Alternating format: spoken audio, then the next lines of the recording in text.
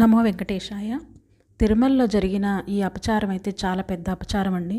ఇది విన్నప్పుడు చాలా బాధేసింది. నిజంగా హిందువులుగా ఆ స్వామివారి భక్తురాలుగా అయితే నేను చాలా బాధపడ్డాను. ఎంతోమంది ఎన్నో యూట్యూబ్ ఛానల్స్ ఉన్నాయి. కనీసం ఎవ్వరు దీని గురించి రావట్లేదు, మాట్లాడతలేదు. మనలాంటి హౌస్ వైఫ్స్, సగటు మహిళలు కూడా మాట్లాడితేనే అది జనాలకి బాగా రీచ్ అవుతుంది. ఇది ఒక పొలిటికల్ ఇష్యూ లాగా చేసేస్తున్నారు. ఇది పొలిటికల్ ఇష్యూ కాదు, ఇది మన నమ్మకాల విషయం. మనం దేవుడి మీద పెట్టుకున్న నమ్మకం, మన హిందువుల నమ్మకాన్ని అణిచేసే ప్రయత్నం జరుగుతుంది. ఇది జరగకూడదు. మనం దీనికోసం మన బాధని, లేకపోతే మనం ఏం చేయగలం అక్కడ, ఇలాంటివి జరగకుండా ఉండాలంటే ఏం చెయ్యాలనే దాన్ని ఎవరికి తోచిన సలహాలు ఇవ్వండి.